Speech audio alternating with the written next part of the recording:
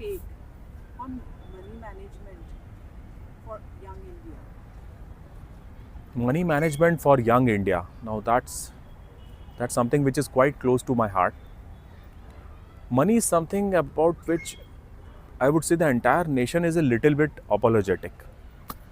Since the time we were growing up, we were always taught that uh, money ke upar you have to be little quiet, little hush hush. We will tell you when the time comes. है ना? So that's the way we have been brought up. Maybe that was the era when resources were little less, and we were all trying to find a working class.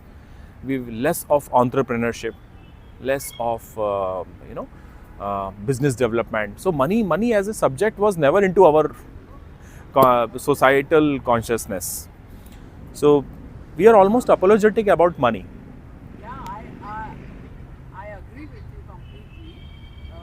I have never seen someone talking about money in a good way.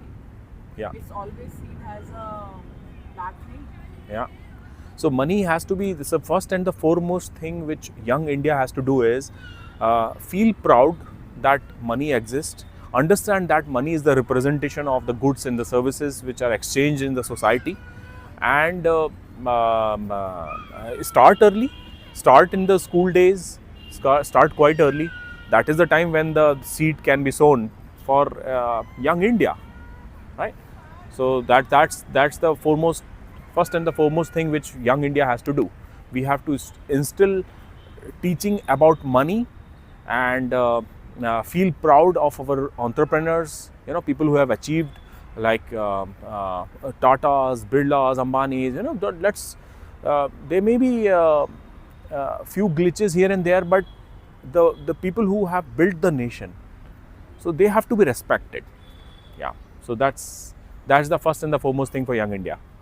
Okay, so rightly said money, education should be given early.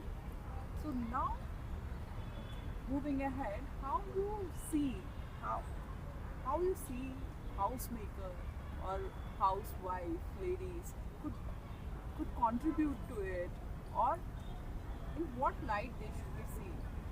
Homemakers play a vital role.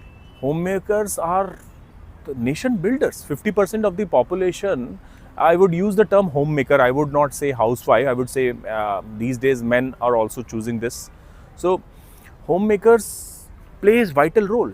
When the stock market crashed and FDIs and FIIs, they started withdrawing money.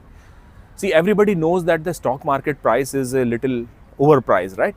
All over the world, this is the phenomena. But when they started withdrawing money from Indian markets, and especially during the COVID times when the big crash came, so in 2020, so that that was the time when digitization was at its peak pace, and homemakers actually poured in money. They wanted to own a little piece of business. I'm also a firm believer of this thinking that we should stop calling this stock market and trading for the wider audience. Of course, this exists as a profession for some, but for homemakers, it is owning that little piece of business, and because of that, the stock market never plummeted. We actually grew, and we grew, and till today we are doing good. That's because of the young people who wanted to own a little bit of Titan or a little bit of Tech Mahindra or a little bit of Tata Motors. These are just examples, but people are owning little business. So entrepreneurship is actually seeping in. Let's not look at it from trading perspective. Okay, of course, I'm not a big fan of options trading and all, because youngsters are not aware. Those are risky options. But I'm talking about the pure blue blood investment as an entrepreneur. That's what homemakers have done. Very powerful for the nation. So you mean to say they are also doing investment in nation? They are nation builders. Nation is getting formed. People are learning. These are the young sharks actually. They are the ones who are getting into nation building, and we should invest in nation building. We should see. Some might say that okay, we are into SIPs and we do mutual funds and all that. That is amazing. But this direct investment in some identified company, which anybody terms as nation builder. That's what I feel more connected to those kinds of investments. That some company, some idea which is nation building. For example, everybody consumes salt, so find out what is the company where everybody rides two-wheelers, four-wheelers. There must be something with which the young India is connected, right? Everybody in India must be connected in the daily life with some sort of business. So investing in that for a very long term and taking that risk. Some ideas might fail, but young India is ready to take the risk. They are taking the risk. So say 4 out of 20 might fail, but that's enough. That's okay. That's the way the world is. So here comes how they can diversify and divide the risk also, because we can't deny that there is no risk in this thing. Yes, so diversification is important. You cannot pull in all your money in one basket. So this is my advice to young India, that invest in certain businesses, but invest in quite a few. That's one diversification. If you're buying a company, little pie of a company, then buy many such pies.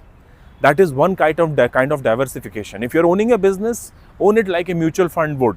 Own it like LIC would. Move with the nation. That is one kind of diversification. Second, buy gold. Whenever opportunity presents itself, buy gold, buy silver, buy Bitcoin, buy Ethereum. So there are cryptocurrencies, whichever way you are comfortable. So buy a little piece, buy a small piece of land.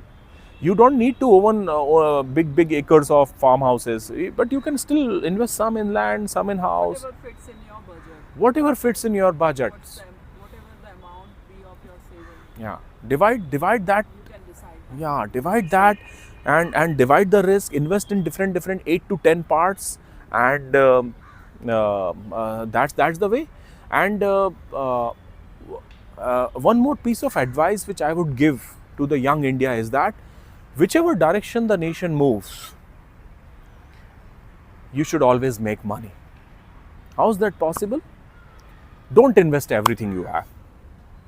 This is my big advice. If one thing which people want to take away from this video is that please don't put everything.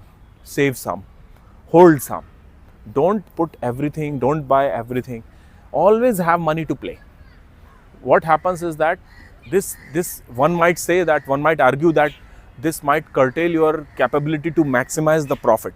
But profit is not everything. Money requires a certain psychology to invest, and you should have money to make more money.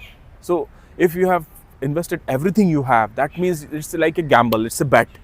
Never let this investment be a gamble. Always hold money. That's why the rich gets richer. That everybody has heard this, right? So this was insightful. This was insightful. So for more such videos, keep watching. Yeah.